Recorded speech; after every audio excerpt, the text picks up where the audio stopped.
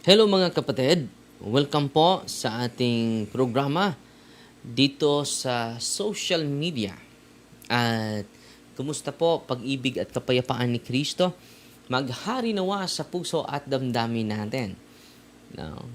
At patuloy tayong magdasal para ah, sa ating simbahan at sa ating bansa na merong malaking mga cross o balakid na pinapasan ang bayan ng Diyos, ang buong sambayanan, no?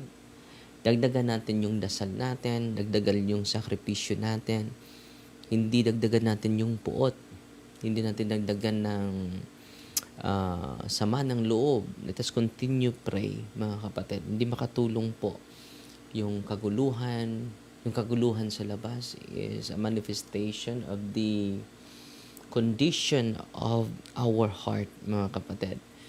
So, ngayon mga kapatid, bago tayo, ito yung isi-share ko sa inyo. Tingnan natin muna sa YouTube channel natin kung na-live na ba tayo. Quick live lang po tayo mga kapatid ha. Ah, quick live lang po tayo sa ngayon. So, pasalamat tayo sa 300 344,000 subscribers natin sa YouTube channel natin. Road to 1 million na tayo sa Facebook page. No? Salamat sa inyo. At sana po marami kayong natutunan sa ating mga live ngayon. So, ngayon, pag-usapan natin itong magandang topiko mga kapatid about the role of the angels sa buhay natin. So, may tanong mga kapatid na sasagutin natin. Ito yung tanong na sasagutin natin ngayon. At ito po ay yung aklat na referensya natin ni Father Chadri Preacher. Di ba may hierarchies of angels? Ang sagot, ang tanong na pagtuunan nating pansin, will angelic hierarchies remain after final judgment? Yan po. Or patas na ba tayo sa hierarchy? Wala na bang highest rank or highest hierarchy of angels? May middle, may lower. So yan po yung sasagutin natin. But before that, mga kapatid,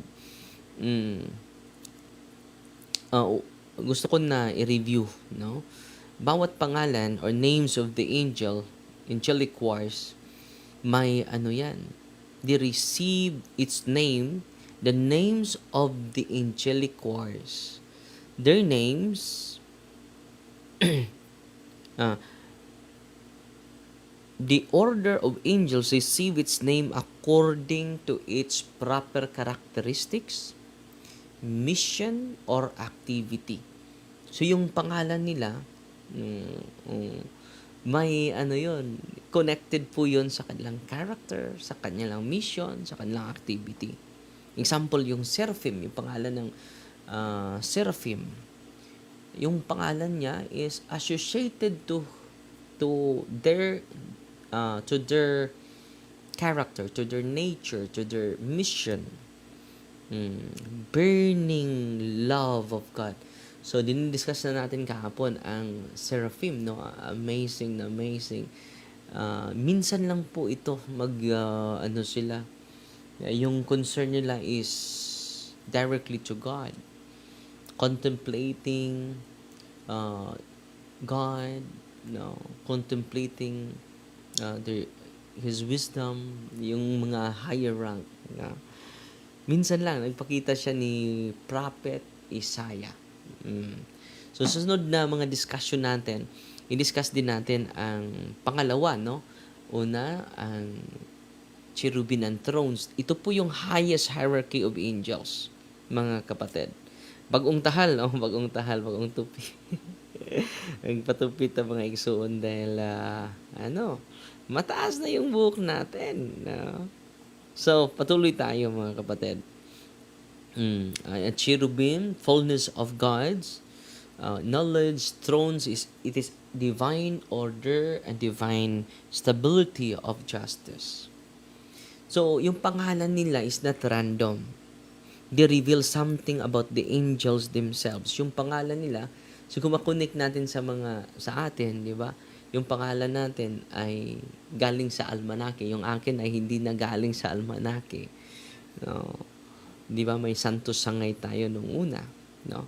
So ngayon, puntahan naman natin si Dionysius. Saint Dionysius of Areopagite. Sabi niya, the angelic orders according to spiritual perfection. So, yun po yung kanilang distinction. Closeness to God, yung proximity nila sa Panginoon. And then their participation in divine illumination. So, participation on the divine light, sa liwanag, sa Diyos nun nga kahayag. How the angels receive and share God's light. Higher choirs contemplate God more directly. So, itong mga higher angels, their mission is to contemplate God more directly. Direct sila na contemplate sa lower angels transmit divine guidance downward. So, yung lower hierarchy, nag-transmit sila from the higher order to the lower order towards us, downward sa mundo. Yan ang sabi ni Saint Dionysius of Areopagite. Si Dionysius ay disipulo po ni Saint Paul yan, sa mga hindi nakakaalam. Dito naman tayo ni Saint Gregory the Great.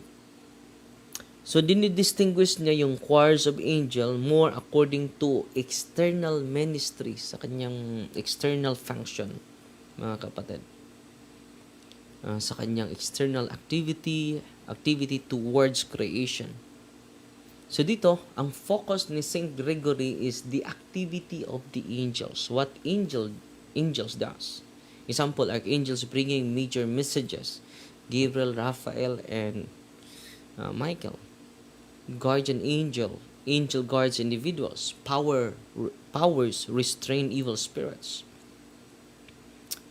Both, pero sabi ni St. Thomas, both yung distinction ni St. Dionysius and St. Gregory are both essential. St. Thomas says, what an angel is inwardly affects, ano yung internal function, what the angel does outwardly, its nature, perfection, closeness to God determine its office and activity. Thus, contemplation and ministry are connected. So, itong contemplation sa higher angels and then the external activity of the lower rank, they are interconnected. So ngayon, ang tanong na sasagutin natin, ito na po. Ito yung tanong na sasagutin natin ngayon. Maganda po itong tanong na sasagutin natin. So ngayon, mga kapatid, last 2 minutes na tayo. Sasagutin natin itong tanong. Will angelic hierarchies remain after the final judgment? Ito yung sagot. Yes. So, yung hierarchy of angels, manatili pa rin. The hierarchy of angels, sabi ni St. Thomas, remains forever because their natures remain. Their natures remain.